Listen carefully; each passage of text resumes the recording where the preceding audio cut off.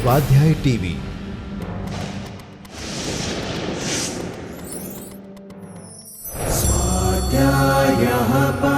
Doctor Baba Saheb Ambedkar open university.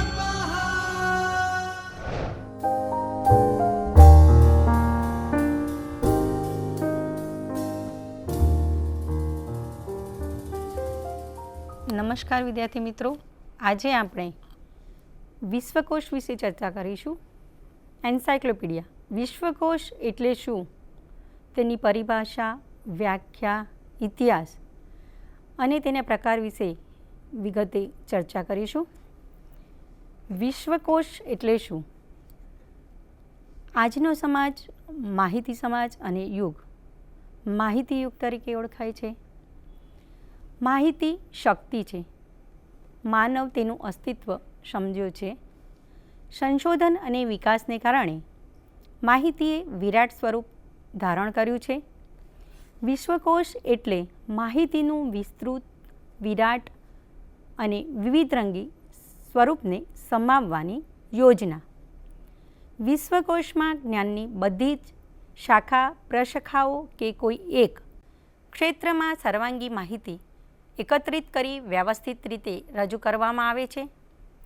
વિશ્વકોશની પરિભાષા જોઈએ તો વિશ્વકોશનું અંગ્રેજી પદ એન્સાયક્લોપીડિયા ગ્રીક ભાષાના એન્કેલિયોસ પીડિયા પરથી આવેલો છે, જેનો અર્થ સામાન્ય શિક્ષણ, જનરલ એજ્યુકેશન અથવા જ્ઞાન વર્તુળ, સર્કલ ઓફ નોલેજ કે શીખવા જાણવા માટેનું વર્તુળ, સર્કલ ઓફ લર્નિંગ એટલે શીખવા જાણવા માટેની સંપૂર્ણ પદ્ધતિ. વિશ્વકોશનો આધુનિક સંદર્ભ જોતા એમ કહી શકાય કે ઉપલબ્ધ સમગ્ર જ્ઞાનને એક વર્તુળના પરિઘમાં એકત્ર કરીને પદ્ધતિસર રીતે રજૂ કરતું સાહિત્ય કે કાર્ય એટલે વિશ્વકોશ. વિશ્વકોશની વ્યાખ્યા જોઈએ તો ALA અનુસાર એવું કાર્ય જે જ્ઞાનના સર્વક્ષેત્રના વિષયો ઉપરના માહિતીસભર લેખોનો સમાવેશ કરતું હોય, સામાન્ય રીતે કક્કાવારીના ક્રમાનુસાર ગોઠવાયેલ હોય, અથવા એના જેવું જ કાર્ય જે વિશિષ્ટ ક્ષેત્ર અથવા વિષય પૂરતું મર્યાદિત હોય. ધ લાઇબ્રેરિયન્સ ગ્લોસરી અનુસાર વિશ્વકોશની વ્યાખ્યા જોઈએ તો વિશ્વકોશ એટલે એવી કૃતિ કે જે જ્ઞાન વિશ્વના તમામ વિષયો કે કોઈ એક વિષયની કે કોઈ મર્યાદિત ક્ષેત્રની માહિતીનો સમાસ કરતી હોય, તેમજ તેના અધિકરણો અથવા નોંધોની ગોઠવણી પદ્ધતિસર ક્રમમાં, વિશેષતઃ વર્ણાનુક્રમમાં હોય. વિશ્વકોશમાં લેખોની ગોઠવણી વર્ણાનુક્રમમાં, ક્યાંક વર્ણન વર્ગાનુક્રમમાં પણ હોય છે. સંદર્ભ સૂચિ ઉદાહરણો દ્વારા વિષય કે માહિતીની સમજ, ડાયાગ્રામ્સ, ફોટોગ્રાફ્સ, આકૃતિઓ, આલેખ, નકશા, ચિત્રો, રંગીન ચિત્રો, પ્લેટ્સ, રેખાકૃતિઓ, વિશિષ્ટ વ્યક્તિઓના ફોટોગ્રાફ્સ પણ આપવામાં આવેલા હોય છે. ત્વરિત માહિતી મળી રહે તે માટે જુઓ સી અને વળી જુઓ સી ઓલ્સો આપવામાં આવે છે. માહિતી સરળતાથી શોધી શકાય તે માટે અનુક્રમણિકા આપવામાં આવેલા હોય છે. વિશ્વકોશનો હેતુ જોઈએ તો માહિતી જરૂરિયાતવાળાને આવશ્યક, અદ્યતન અને વિશ્વસનીય માહિતી સંક્ષિપ્ત અને સરળ સ્વરૂપમાં આપવાનો છે. તે દ્વિતીય પ્રકારનો માહિતી સ્ત્રોત છે. વિશ્વકોશ જે સામાન્ય અને વિશિષ્ટ પ્રકારના વાચકોને ઉપયોગી છે. વિશ્વકોશ ક્યારેય પરિપૂર્ણ હોવાનો દાવો કરી શકે નહીં. છેલ્લામાં છેલ્લી તમામ માહિતી સાથેનું તેનું પ્રકાશન કરવામાં આવે છે. કિંમત અને ખર્ચ જોતાં દર વર્ષે તેનું પુનરાવર્તન થઈ શકે નહીં.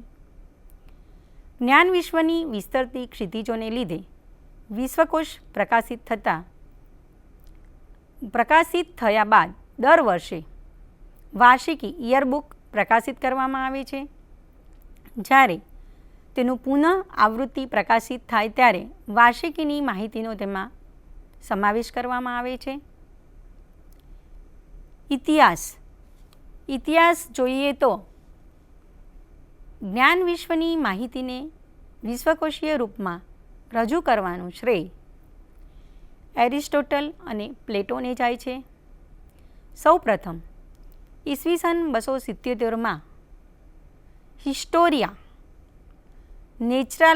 નેચરાલિસના નામથી ઐતિહાસિક વિશ્વકોશ પ્લિની દ્વારા તૈયાર કરવામાં આવ્યો, જેના 37 ખંડો હતા અને અંગ્રેજી આવૃત્તિ નેચરલ હિસ્ટ્રીના નામે 10 ખંડમાં પ્રકાશિત કરવામાં આવી હતી, જેમાં 2000 પ્રાચીન પુસ્તકોના વિષયનું પૃથક્કરણ અને વિશાળ વિષય શીર્ષકો હેઠળ વર્ગીકૃત સ્વરૂપે સંકલન કરવાનો પ્રયત્ન કર્યો છે. આ વિશ્વકોશમાં કેટલાક વિષયોના વર્ણનનો સમાવેશ કરવામાં આવ્યો હતો, જેની અંદર વનસ્પતિ વિજ્ઞાન, પ્રાણી વિજ્ઞાન, ધાતુ વિજ્ઞાન, નકશા વિજ્ઞાન, ખગોળશાસ્ત્ર, વૈદિક વિજ્ઞાન, જાદુ, લલિત કલાઓ વગેરે સંબંધિત માહિતી આપવામાં આવી હતી. મધ્યયુગમાં જોઈએ તો માર્ક્સ ટેરેન્શિયસ વારોના ડિસિપ્લિનેશિયમ લિબ્રી 9થી લઈને લોએસિયસ અથવા ડિસિપ્લેનિયમ આઇસિડોર ઓફ સિવલેની કૃતિઓ ઉલ્લેખનીય છે. ચીન અને અરબમાં પણ પ્રયત્નો કરવામાં આવ્યા હતા. આઇસિડોરની ઇટામોલોજી અથવા ઓરિજિનલ તથા વિન્સેન્ટ ઓફ વ્યુવાઇસ સ્પેફલનના મજૂસ ધી ગ્રેટર મિરર અત્યંત પ્રખ્યાત વિશ્વકોશ હતા. એન્સાઇક્લોપીડિયા શબ્દનો પ્રથમ ઉપયોગ પાલ સ્કેલિસે એન્સાઇક્લોપીડિયા સેયુ ઓર્બિટ્સ મેથોડોલોજીકલમાં કર્યો હતો. 17મી સદીમાં લુઈસ મોમેરી લી ગ્રાન્ડ ડિક્શનરી હિસ્ટોરિકા 1974થી પ્રેરિત થઈને બાયલેની એક વિવેચનાત્મક કૃતિની રચના કરી, જેને દાર્શનિક, વિવેચનાત્મક અને યુરોપિયન સાહિત્યમાં કીર્તિમાન ગ્રંથ તરીકે સ્થાન મળ્યું. આધુનિક યુગમાં જ્હોન હેનરીસ અલ્સ્ટેડે એન્સાઇક્લોપીડિયા શબ્દનો પ્રયોગ એન્સાઇક્લોપીડિયા સ્પેક્ટ્રમ ટોમિસ ડિસ્ટેન્ટા 1613માં કર્યો, જેમાં વિવિધ વિષયોને વર્ગીકૃત કરી 30 ખંડોમાં સમાવેશ કરવામાં આવ્યા છે. 18મી સદીને વિશ્વકોશના વિકાસનો સુવર્ણયુગ તરીકે ઓળખવામાં આવે છે. 1701માં વિન્સેનો મારિયા કાર્ટનેલીએ સૌપ્રથમ ઇટાલિયન વિશ્વકોશની રચના કરી. ઈસવીસન 1904માં જ્હોન હેનરીસ દ્વારા Lexicon Technicum or universal English dictionary of arts and science સંકલિત કરવામાં આવ્યા, જે સૌપ્રથમ વર્ણાનુક્રમે ગોઠવાયેલા અને લેખો વિષય નિષ્ણાત દ્વારા લખવામાં આવ્યા હતા. વાङ्મય સૂચિનો પણ તેમાં સમાવેશ કરવામાં આવ્યો હતો. ઈસવીસન 1728માં ઇમ્પેરિયમ ચેમ્બર્સ સાયક્લોપીડિયા 2 ભાગમાં તૈયાર કર્યો, જેમાં પ્રથમ વખત આડ સંદર્ભ અને કેટલીક વિચારધારાની શાળાઓના અભિપ્રાયો પણ લેવામાં આવ્યા હતા. જ્હોન મિલ્સે ઇમ્પિરિયર ચેમ્બર્સ સાયક્લોપીડિયાને ફ્રેન્ચમાં અનુવાદિત કર્યો. જ્હોન હેનરીસ જેડલર દ્વારા ગ્રોસેસ વોલા સ્ટેન્ડિંગ યુનિવર્સલ લેક્સિકન વિશ્વકોશ 64 ખંડોમાં 1732થી 50 સુધીનો ઉત્તમ અને વિશાળ વિશ્વકોશ હતો. ઈસવીસન 1771માં એન્સાઇક્લોપીડિયા બ્રિટાનિકાની પહેલી આવૃત્તિ એડિનબર્ગ દ્વારા 3 ભાગમાં પ્રકાશિત કરવામાં આવી, જેનો સ્વીકાર થયો. 18મી સદીમાં તેની 2 વિસ્તૃત આવૃત્તિ પણ પ્રકાશિત થઈ. ઈસવીસન 1746માં બ્રોચસ કન્વર્ઝેશન્સ લેક્સિકનનું પ્રકાશન થયું, જેમાં સરળ અને સાધારણ લેખોને ટૂંકમાં પ્રકાશિત કરવામાં આવ્યા. 19મી સદીનો આ ખ્યાતનામ વિશ્વકોશ હતો. ઈસવીસન 1829માં એન્સાઇક્લોપીડિયા અમેરિકાની પ્રથમ આવૃત્તિ પ્રકાશિત થઈ. ઈબી અને ઈએના પ્રકાશન સાથે વિશ્વકોશના ઇતિહાસનો નવો અધ્યાય શરૂ થયો. ઈસવીસન 1898માં ગુજરાતી ભાષાનો સૌપ્રથમ વિશ્વકોશ જ્ઞાનચક્ર 9 ખંડોમાં પ્રકાશિત થયો. અનેક ભારતીય ભાષાઓમાં ભારતમાં વિશ્વકોશ પ્રકાશિત થયા. ઈસવીસન 1985થી 2010 દરમિયાન ગુજરાતી વિશ્વકોશના કુલ 25 ખંડો પ્રકાશિત થયા. આમ જોઈએ તો વિશ્વકોશના ઇતિહાસ ખૂબ જ વિશાળ છે. હવે વિશ્વકોશના પ્રકાર વિશે જોઈએ તો વિશ્વકોશના 2 પ્રકાર છે. એક સામાન્ય વિશ્વકોશ અને બીજો વિશિષ્ટ વિશ્વકોશ. સામાન્ય વિશ્વકોશની અંદર એના પ્રકારો જોઈએ તો વયસ્કો માટે બૃહદ બહુખંડીય વિશ્વકોશ, જનરલ એન્સાઇક્લોપીડિયા. એમાં જ્ઞાન વિશ્વની બધી જ શાખા પ્રશાખાઓનો સમાવેશ સામાન્ય વિશ્વકોશમાં કરવામાં આવે છે. આવા વિશ્વકોશ સંદર્ભ સ્ત્રોતના રૂપમાં વધારે લોકપ્રિય અને ઉપયોગમાં લેવાય છે. સામાન્ય રીતે તેમાં તમામ વિષયો અને પેટા વિષયોની ગોઠવણી વર્ણાનુક્રમે કરવામાં આવે છે. ક્યારેક પેટા વિષય મૂળ વિષય કે પેટા વિષય સાથે પણ ગોઠવાયેલા હોય છે. સામાન્ય વિશ્વકોશના પ્રકાર જોઈએ તો સામાન્ય વિશ્વકોશને અનેક શ્રેણીમાં વર્ગીકૃત કરવામાં આવે છે, જેમ કે આકાર, ઉંમર, ક્ષેત્ર, ભાષા વગેરે રીતે તેને વર્ગીકૃત કરાય છે. સામાન્ય વિશ્વકોશમાં બધા જ પ્રકારની માહિતીનો પદ્ધતિસરનો સારાંશ આપવામાં આવેલ હોય છે. માહિતીનો વ્યાપ વધારે પણ ઊંડાણનું પ્રમાણ ઓછું હોય છે. માહિતી વર્ણાનુક્રમે ગોઠવાયેલી હોય છે. કોઈ પણ વ્યક્તિ સરળતાથી માહિતી મેળવી શકે છે. તેના પ્રકારની વિસ્તૃત રીતે ચર્ચા કરીએ તો વયસ્કો માટે બૃહદ બહુખંડીય વિશ્વકોશ અંગ્રેજી ભાષા, comprehensive multi volume encyclopedia for adult English language.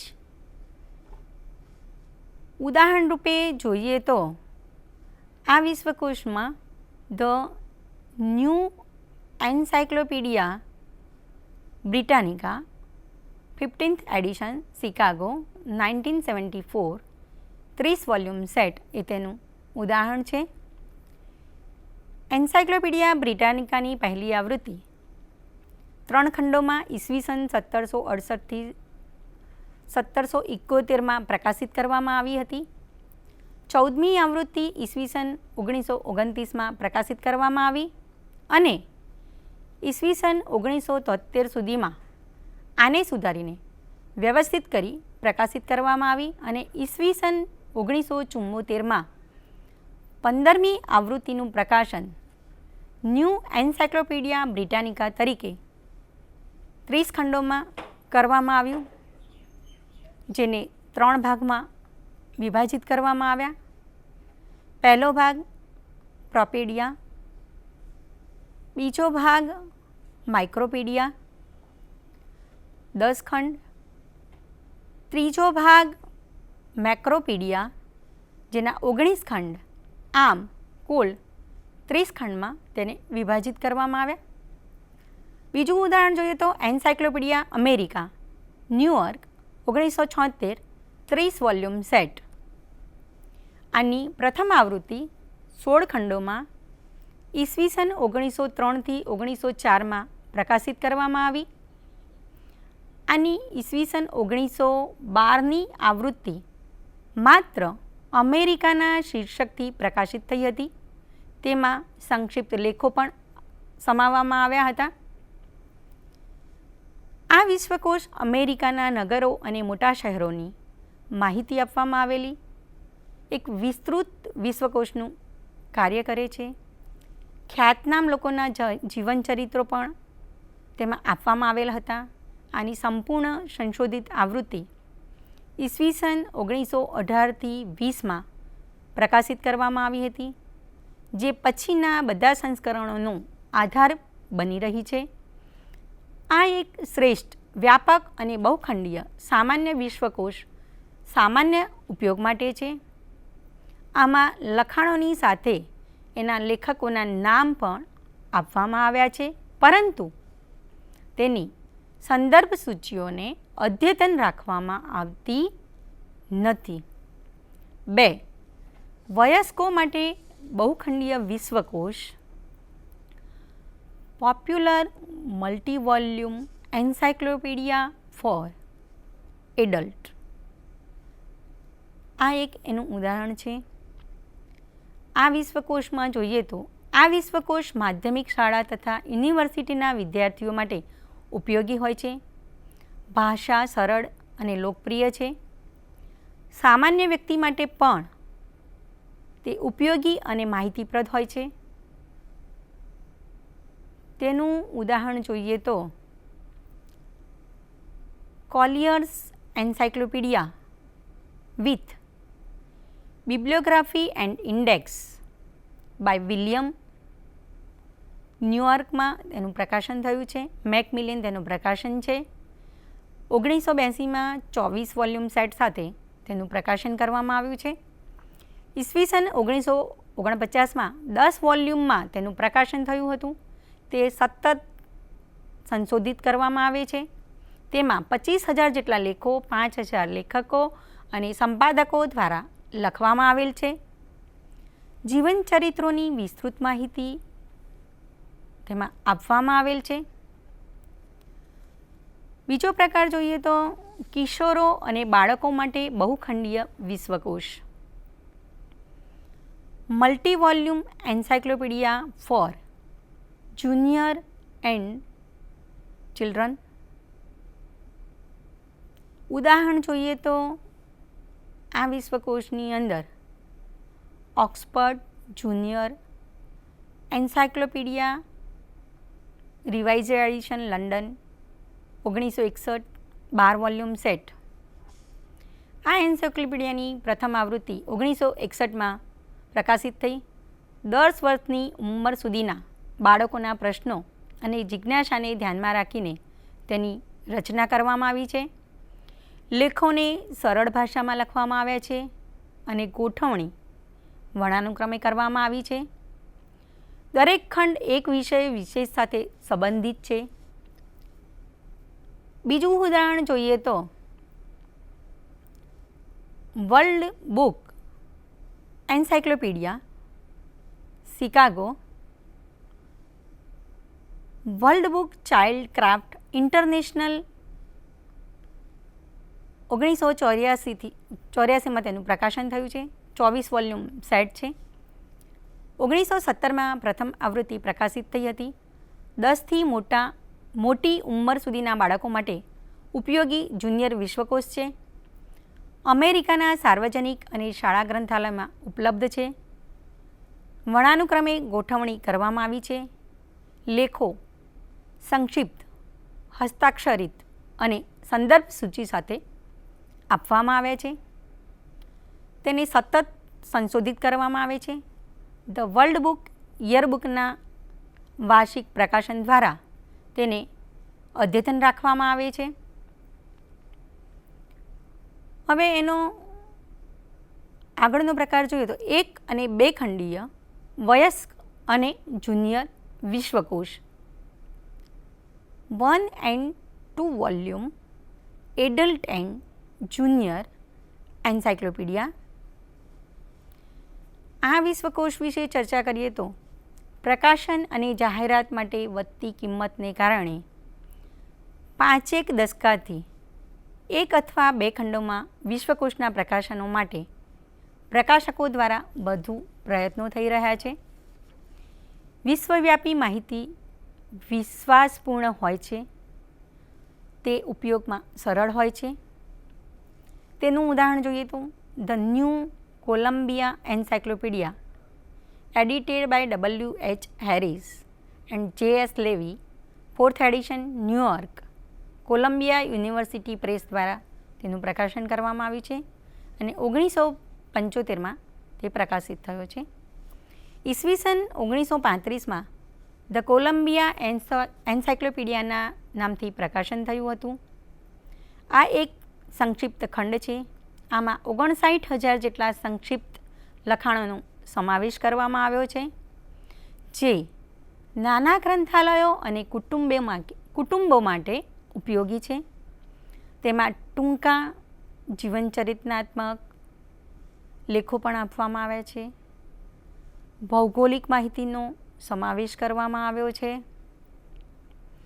પ્રત્યેક લેખના અંતે 2 કે 3 સંદર્ભો ધરાવતી સંક્ષિપ્ત સંદર્ભ સૂચિ આપવામાં આવી છે. આ ઉપરાંત માનચિત્ર તથા ચિત્રોનો પણ સમાવેશ કરવામાં આવ્યો છે. The Random House Encyclopedia new revised edition, New York, Random House 1983માં પ્રકાશિત કરવામાં આવ્યો હતો. તેના વિશે જોઈએ તો 2 ભાગમાં કલર મીડિયા અને આલ્ફાપીડિયાના નામે પ્રકાશિત કરવામાં આવ્યો છે. કલર મીડિયામાં 7 વિભાગમાં સંક્ષિપ્ત લેખોને સમૂહબદ્ધ કરવામાં આવ્યા છે. 4 રંગોના ચિત્રો અને ફોટા આપેલા છે. દરેક વિષયનો વિકાસ વિસ્તૃત વિષયની સૂક્ષ્મ વિષય તરફ જાય છે. દાખલા તરીકે યુનિવર્સ, વિશ્વથી માણસ અને મશીન, મેન એન્ડ મશીન. હવે બીજો એનો પ્રકાર જોઈએ તો રાષ્ટ્રીય અને ક્ષેત્રીય વિશ્વકોશ, નેશનલ એન્ડ રિજનલ એન્સાઇક્લોપીડિયા.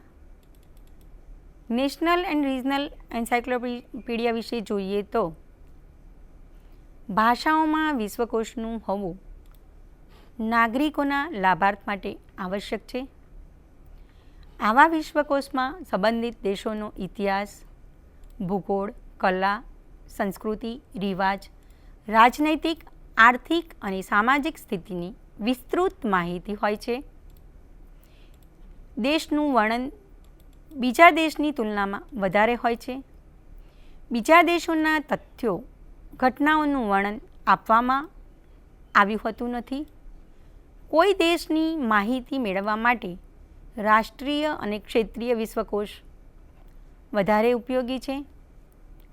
ઉદાહરણ જોઈએ તો encyclopedia of India edited by P.N. Chopra and Prabha Chopra, Delhi, Agam Prakashan, 1987, 2 volume સેટમાં પ્રકાશિત થયો છે. આ વિશ્વકોશમાં ભારતના લોકોની જીવનશૈલી, વનસ્પતિઓ, જીવજંતુ, ભૌતિક રચના, મેળાઓ, તહેવારો, ધર્મ, સાહિત્ય, પ્રખ્યાત વ્યક્તિઓની માહિતી સહ ભારત સંબંધિત બધા પાસાઓનું વર્ણન કરવાનો પ્રયાસ કરવામાં આવ્યો છે. પ્રાચીનથી લઈને અર્વાચીન સમય સુધીની ઘટનાઓની સાલવારી અંતમાં આપવામાં આવેલી છે. બીજું ઉદાહરણ જોઈએ તો the Oxford encyclopedia of the modern Islamic world edited by John, Oxford university press, એનું પ્રકાશન 1995માં 4 વોલ્યુમ સેટમાં કર્યું હતું. 750 લેખોને 5 મુખ્ય શ્રેણીઓમાં વ્યવસ્થિત કરવામાં આવ્યા છે, જે ઇસ્લામિક વિચારધારા અને કાર્યપ્રણાલી, ઇસ્લામ અને રાજનીતિ, સમાજ અને મુસ્લિમ સમુદાય, ઇસ્લામ અને સમાજ, ઇસ્લામિક અભ્યાસ સંબંધિત લેખો તેમાં આપવામાં આવ્યા છે. લેખો 10,000 શબ્દોથી લઈને 500થી 1000 સુધીના સંક્ષિપ્ત લેખોનો પણ સમાવેશ કરવામાં આવ્યો છે. વિશ્વકોશનો બીજો પ્રકાર વિશિષ્ટ વિશ્વકોશ. એ વિશે જોઈએ તો જ્ઞાન વિશ્વના વિશિષ્ટ ક્ષેત્ર કે વિષયની માહિતીને સમગ્ર રીતે આવરી લેતા કોષને વિશિષ્ટ વિશ્વકોશ કહેવામાં આવે છે. તેને ક્યારેક જ્ઞાનકોશના નામે પણ સંબોધાય છે. અહીં નિર્દેશિત વિશિષ્ટ વિષયની જુદા જુદા પાસાઓ વિશેની લંબાણપૂર્વકની તલસ્પર્શી જુદી જુદી માહિતી આપવામાં આવી હોય છે. માહિતીના વ્યાપની સાથે ઊંડાણ પણ પ્રત્યેક પળે ધ્યાન રખાયેલ હોય છે. માહિતીની ગોઠવણ વર્ણાનુક્રમે કરવામાં આવેલ હોય છે. આવા વિશ્વકોશ વિષય કે પેટા વિષયની માહિતી આપતા હોય તેમાં ગહનતાનું પાસું વધારે હોય છે. વિષય વિશેષજ્ઞો માટે આવા વિશ્વકોશ ત્વરિત સંદર્ભ સ્ત્રોતનું કાર્ય કરે છે. વિશિષ્ટ ગ્રંથાલયોમાં બહુખંડીય સામાન્ય વિશ્વકોશની અપેક્ષાએ વિશિષ્ટ વિશ્વકોશની ખરીદીને પ્રાધાન્ય આપવામાં આવે છે, કારણ કે કિંમત અને જગ્યાનો બચાવ થાય છે. સામાન્ય માહિતી પ્રાપ્ત કરવા માટે સંદર્ભ ગ્રંથપાલ અને સામાન્ય વાચકને સામાન્ય વિશ્વકોશનો ઉપયોગ કરે છે. જ્યારે કોઈ વિષયની વિશેષ ગહન કે વિસ્તૃત અને ઊંડી માહિતી મેળવવા માટે વિષય વિશ્વકોશનો ઉપયોગ કરવો જરૂરી હોય છે. વાચકોને પોતાના વિષયની જાણકારી તથા તેમાં પૂર્ણતા પ્રાપ્ત કરવામાં મદદ માટે સ્વશિક્ષિત થવાની તક વિશ્વકોશ દ્વારા મળી રહે છે. બહુખંડીય વિશ્વકોશ multi volume subject encyclopedia, international encyclopedia of social science, જેનો એડિટર ડેવિડ છે, ન્યૂયોર્કમાં મેકમિલિયન દ્વારા તેનું પ્રકાશન કરવામાં આવ્યું છે. 1968થી 80 સુધીમાં 18 વોલ્યુમ સેટ તેના પ્રકાશિત થયા છે. આ વિશ્વકોશ વિશે જોઈએ તો પ્રમુખ વિષયોનો સમાવેશ કરવામાં આવ્યો છે. પૂર્ણતઃ નવો વિશ્વકોશ છે. તેમાં માનવશાસ્ત્ર, ભૂગોળ, ઇતિહાસ, રાજનીતિશાસ્ત્ર, કાયદો, મનોવિજ્ઞાન, સમાજશાસ્ત્ર, આંકડાશાસ્ત્ર, માનસ, રોગ, ઉપચાર વગેરે વિષયનો સમાવેશ કરવામાં આવ્યો છે. 1980માં 18મા ખંડમાં 215 સામાજિક વિજ્ઞાનના તજજ્ઞોના જીવનચરિત્રનો સમાવેશ કરવામાં આવ્યો છે. Encyclopedia of Indian literature by Amaresh Datta, new Delhi, Sahitya Akademi, 1987થી 92, 6 વોલ્યુમમાં પ્રગટ થયો છે. આ વિશ્વકોશમાં ભારતીય ભાષાઓના 25 મહત્ત્વપૂર્ણ ગ્રંથો અને માન્ય ભારતીય લેખકોને આવરી લઈ સર્વેક્ષણો, પ્રવાહો અને નોંધોનો સમાવેશ કરવામાં આવ્યો છે. વિશિષ્ટ વિશ્વકોશનો બીજો પ્રકાર જોઈએ તો 1 થી 3 ખંડીય વિષય વિશ્વકોશ, 1 to 3 વોલ્યુમ સબ્જેક્ટ એન્સાઇક્લોપીડિયા. એનું ઉદાહરણ જોઈએ તો ભારતીય ઇતિહાસ કોશ, સચ્ચિદાનંદ ભટ્ટાચાર્ય તેના અનુવાદક છે. જ્ઞાનચંદ્ર જૈન, લખનઉ, ઉત્તર પ્રદેશ હિન્દી સંસ્થાન દ્વારા તેનું પ્રકાશન 1989માં કરવામાં આવ્યું છે. ભારતના પ્રાચીન, આધુનિક અને મધ્યકાલીન ઇતિહાસનો સમાવેશ કરવામાં આવ્યો છે. વ્યક્તિઓ, સ્થાનો તથા ઐતિહાસિક દ્રષ્ટિથી મહત્ત્વપૂર્ણ ઘટનાઓનું વર્ણન આ વિશ્વકોશમાં કરવામાં આવેલ છે.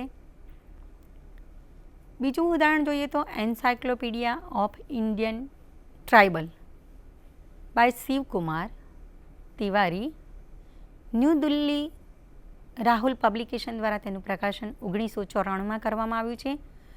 તેના 2 વોલ્યુમ્સ સેટ છે. આ વિશ્વકોશની અંદર ભારતીય જનજાતિઓના નામો, વૈકલ્પિક નામો, વસ્તી, તેમની શારીરિક ખાસિયતો, ધાર્મિક માન્યતાઓ વગેરેને જે તે જનજાતિના નામના વર્ણાનુક્રમમાં દર્શાવવામાં આવ્યા છે. આમ વિશ્વકોશ એ ગ્રંથાલયના સંદર્ભ વિભાગની કરોડરજ્જુ સમાન છે. કોઈ પણ ગ્રંથાલયના સંદર્ભ વિભાગ વિશ્વકોશ વિનાનો ન હોય. ગ્રંથાલયમાં પૂછાતા પ્રશ્નોના જવાબ અથવા પ્રસ્તુત સંદર્ભ સેવા પૂરી પાડવા માટે સૌ પ્રથમ વિશ્વકોશ ઉપયોગી બને છે. સામાન્ય માહિતી માટે સામાન્ય વિશ્વકોશ અને વિશિષ્ટ વિષયની લંબાણપૂર્વકની માહિતી વિશિષ્ટ વિશ્વકોશમાંથી મળી રહે છે. આપણે વિશ્વકોશની ઉત્પત્તિ અને વિકાસની ચર્ચા એક અત્યંત લોકપ્રિય સ્ત્રોતના રૂપમાં કરી.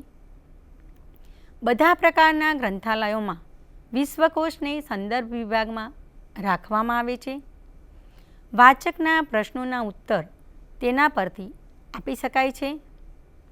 20મી સદીમાં જ્ઞાનની બધી જ ક્ષિતિજોમાં વધારો થવાના કારણે વિશ્વકોશની સંખ્યામાં વધારો થયો છે, જેના પરીક્ષણ સ્વરૂપ સામાન્ય અને વિશિષ્ટ કોશનો ઉદ્ભવ થયો. સામાન્ય અને વિશિષ્ટ વિશ્વકોશના કાર્યક્ષેત્રો વિસ્તારોનું અંતર સ્પષ્ટ છે. સામાન્ય વિશ્વકોશમાં જ્ઞાનની બધી જ શાખાઓને સંબંધિત લેખો દ્વારા જરૂરી માહિતી આપવામાં આવે છે. તેનો હેતુ સામાન્ય વાચકોને માહિતી આપવાનો છે. સામાન્ય વિશ્વકોશને અદ્યતન રાખવા પૂરક ખંડો પ્રકાશિત થતા હોય છે. સમયાંતરે તેની સંશોધિત આવૃત્તિઓ પ્રકાશિત થતી હોય છે. તેનું પ્રકાશન કાર્ય ખર્ચાળ અને બહુ જ મુશ્કેલ હોય છે. વિશિષ્ટ વિશ્વકોશ વિશિષ્ટ વિષયના લખાણોનું સંકલન હોય છે. તે વિષયાનુસાર નામોના વર્ણાનુક્રમે વ્યવસ્થિત કરવામાં આવે છે. તેનો ઉદ્દેશ જે તે વિષયમાં અભિરુચિ ધરાવતા વિષય નિષ્ણાતોની જરૂરિયાતની પૂર્તિ કરવાનો છે. બધા વિષયોના સાહિત્યમાં નિત્ય બહુ જ વૃદ્ધિ થાય છે. આથી વિશિષ્ટ વિશ્વકોશની માંગ પણ વધતી જાય છે. હવે પછીના વ્યાખ્યાનમાં આપણે વિશ્વકોશ વિશે આગળ વિશ્વકોશની ઉપયોગિતા, વિશ્વકોશના મૂલ્યાંકનના માપદંડ અને તેની મર્યાદા વિશે ચર્ચા કરીશું. ફરી મળીશું. નમસ્કાર. स्वाध्यायः परमं तपः.